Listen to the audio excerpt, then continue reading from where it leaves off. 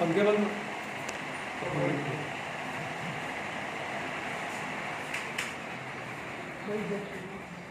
नमस्कार, मैं सतीश पाल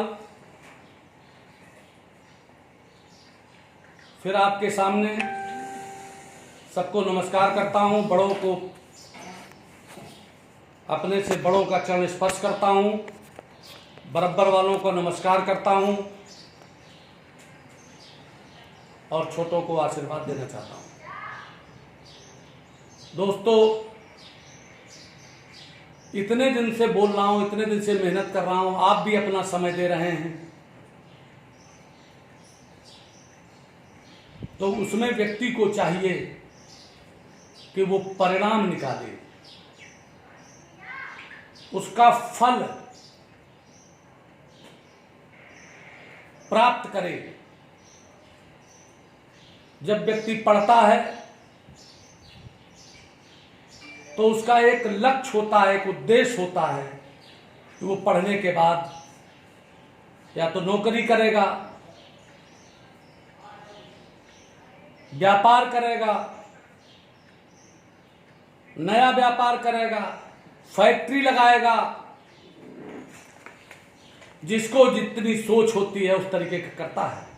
नौकरी किस तरीके की करेगा, आईएएस बनेगा कि आईपीएस बनेगा कि पीसीएस बनेगा कि बीडीओ बनेगा कि डीएसओ बनेगा कि बाबू बनेगा कि चपरासी बनेगा कि ड्राइवर बनेगा, सरकारी बनेगा कि गैर सरकारी बनेगा कि इंजीनियर बनेगा, इत्यादि तमाम तरीके की सोच रहती है। दोस्तों, हम भी सोचते हैं, हम ये बात आपको बताएं, इसके बारे में बात करें। कल मैंने 8 बजे माननीय प्रधानमंत्री जी का संबोधन सुना और मुझे बहुत अच्छा लगा। जब मैं भाजपा में नहीं था तो भी मैं उनको पसंद करता था। और एक कहावत है कि हीरे की परख जौहरी जानता है, और दूसरी कहावत है कि आदमी जाने बसे सोना जाने कसे। आदमी चाहे जितना अच्छा हो, यदि आपके अंदर ईर्ष्या होगी, यदि आपके अंदर पक्षपात होगा, तो आपको व्यक्ति अच्छा नहीं लगेगा। लेकिन अगर आप अपनी नजर पर से पक्षपात का पर्दा हटा दें, भेदभाव का पर्दा हटा दें, तो व्यक्ति में अच्छाई नजर आने लगेगी। वो चाहे जैसी अच्छाई हो, और कोई ऐसा व्यक्ति नहीं है जिसमें अच्छाई ना हो। चाहे जितना बुरा हो, मान लीजिए कि कोई व्यक्ति कसाई है, वो बकरे को काटता है, वो जानवर को काटता है, तो काटने की कला तो उसमें है, काटने का जिगरा तो उसके अंदर है, और वो काटता है तो उसको लोग खाते हैं और खा करके उधर की भूख मिटाते हैं। दोस्तों, एक बात अच्छी तरीके से समझ लो, हर चीज की अपनी अपनी जगह है, स्थान है। दुनिया में जो नॉनवेज है, मांसाहार है, वो दुनिया के बहुत बड़े भूभाग की भूख मिटाता है।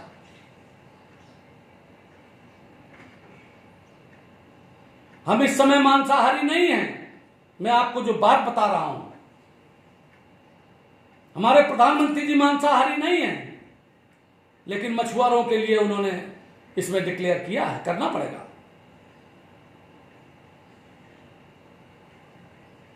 गाय को छोड़कर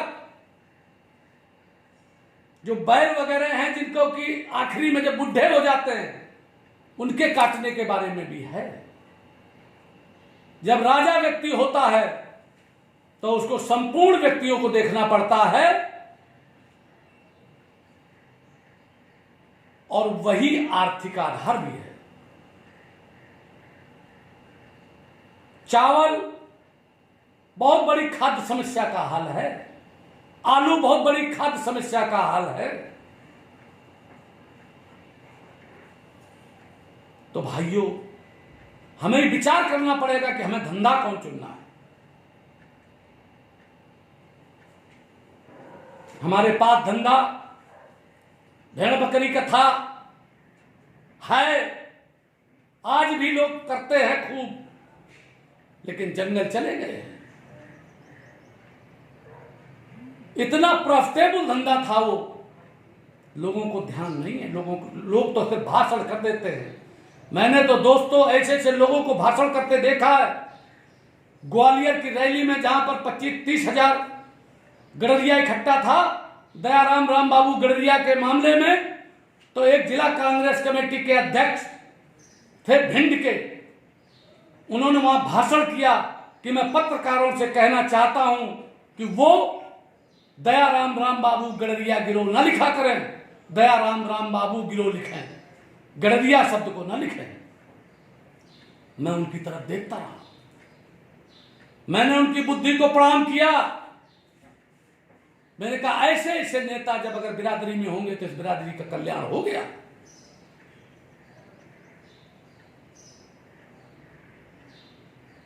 जब मेरा बोलने का मौका आया तो मैंने उनसे सबसे कहा, पत्रकारों से, कि तुम जितना भी चाहो उतना गडरिया गिरोह लिखो,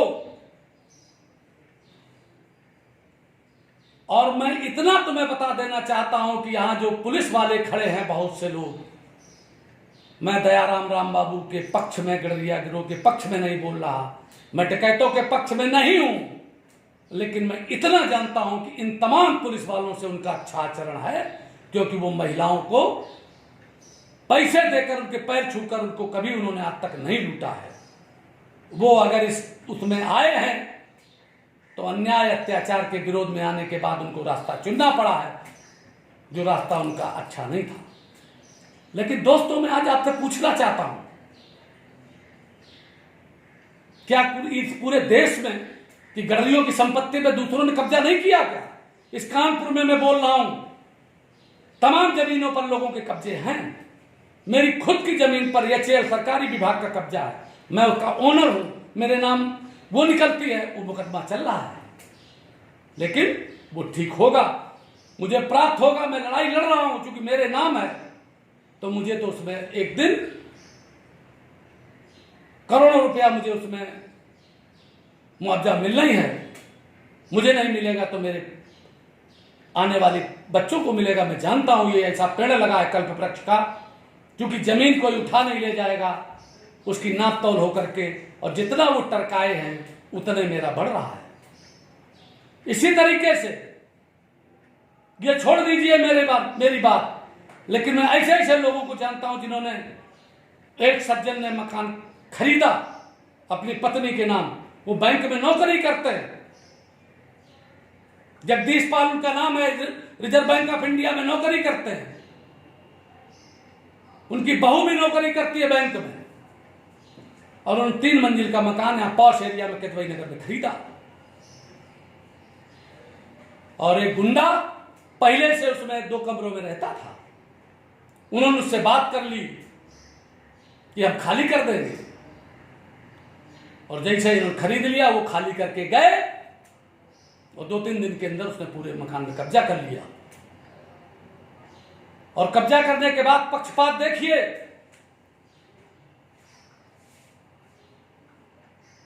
कि उसी जात का सीओ, उसी जात का एसओ, उसी जात का कब्जा करने वाला, उसी जात का विधायक, और जब मुकदमा में वो जीते कुत्ते करके तो ऊपर गया, तो वहां भी उसी जात का बैठा था, और वकील भी उसी जात का, और एक स्टे मिल गया। लेकिन दोस्तों, लड़ाई है, ये जंग है, ये महाभारत का युद्ध है, ये सत्य की लड़ाई है, इसको लड़ा जाएगा। मैंने आपको ग्वालियर की बात बताई, उस समय 3 गडरियों के बदौलत गडरियों का काफी नाम ऊंचा हुआ था। एक दयाराम रामबाबू गडरिया के वजह से, चूंकि जो चीजें टेलीविजन में आएंगी, मीडिया में आएंगी, आज भी अगर हम आपके सामने बोल रहे हैं तो ये मीडिया है, ये फेसबुक है, ये सोशल मीडिया है दोस्तों। इस वजह से आपके पास मेरी बात जा रही है। और कल तक 4-5 लाख लोगों से ज्यादा लोगों ने इसको देखा, उनके पास गया है, और रोज कमेंट आते हैं, मैं उनका निकलवाता हूं इस तरीके से। ये देखिए पीला पीला लगा है, फिर बताऊंगा आपको।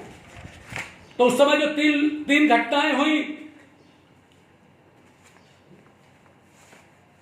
एक दयाराम रामबाबू गडरिया गिरोह को लेकर के रोज अखबार में, टेलीविजन में छपता था मध्य प्रदेश से, और दूसरे नंबर पर राजू पाल की हत्या हुई थी इलाहाबाद में, उसको लेकर के भी आंदोलन चल रहा था, सारी बातें हो रही थी। और तीसरे कानपुर में एक सांसद थे, उनका भी कुछ सवाल पूछने के नाम पर, पैसा लेने के नाम पर उनको संसद से निकाला गया था, इत्यादि 3 लोगों को यह था। तो मैं कहा करता था उस समय, देखो जिसका नाम अखबार में छपने लगे, जिस जाति का नाम छपने लगे, जिस जाति का नाम टेलीविजन में जिन लोगों का निकलने लगे और मीडिया में छाने लगे, समझ लो वो बढ़ रहा है, चाहे नकारात्मक हो चाहे सकारात्मक हो। और ऐसा नकारात्मक भी ना हो जिससे उसके माता पिता, उसके समाज का नाम, उसकी आंखें नीची हो जाए। आज दोस्तों ऐसे काम करने हैं। मैंने जो परिणाम की बात कही,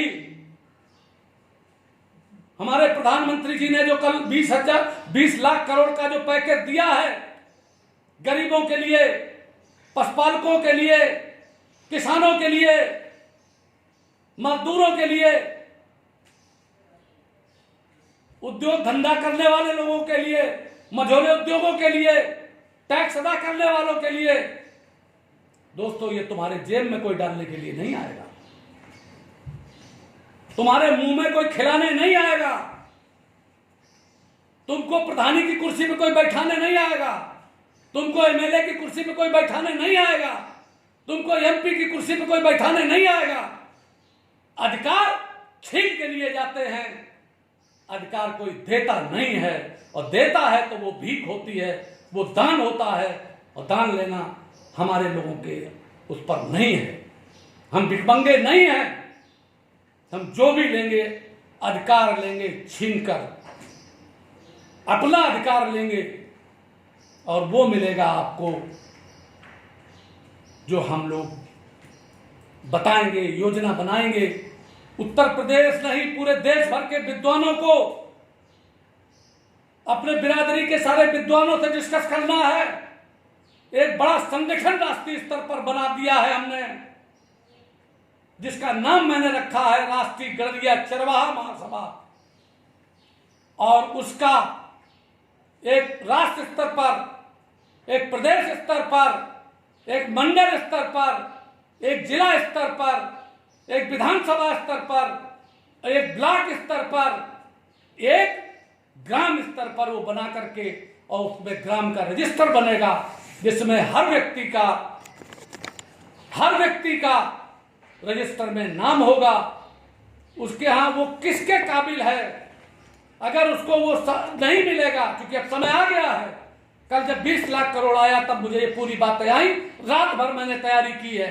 दोस्तों इस 20 लाख करोड़ रुपया में हम अपना हिस्सा लेकर के रहेंगे, क्योंकि मेरी आबादी पूरे हिंदुस्तान में करोड़ों में है। उत्तर प्रदेश में, मध्य प्रदेश में कोई ऐसा प्रदेश नहीं जहां नहीं है, हम उनको भी दिलाएंगे। दूसरे नंबर पर हम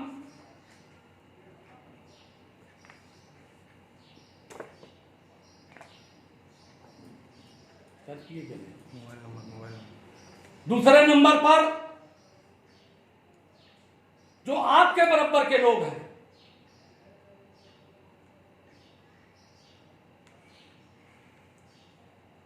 आप अपना हक न लें, दूसरों को भी हक दिलाएं, तब आप नेता बनेंगे।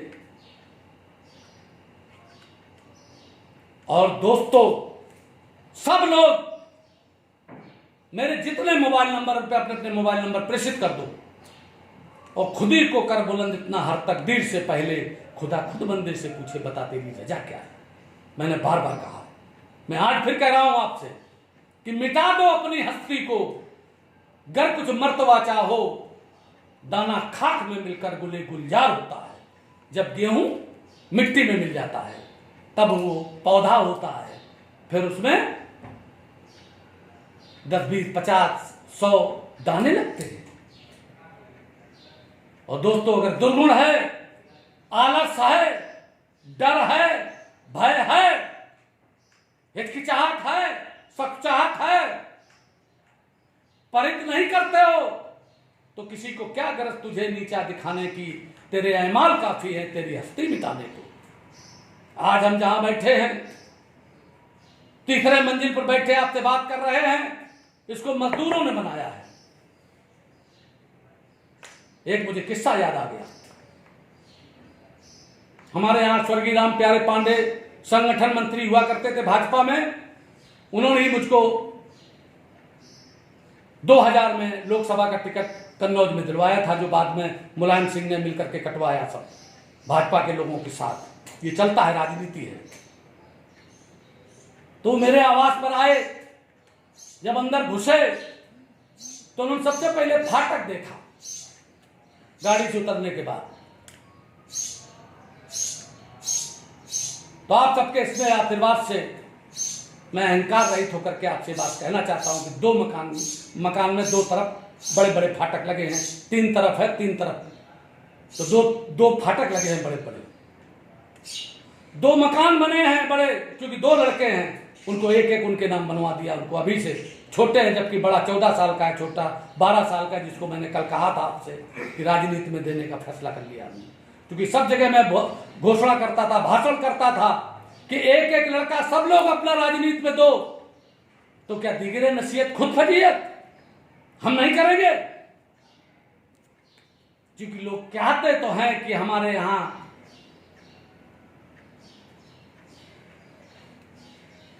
उधम सिंह, भगत सिंह पैदा हो, चंद्रशेखर पैदा हो, क्रांतिकारी पैदा हो, लेकिन हमारे घर में ना हो, पड़ोस में हो।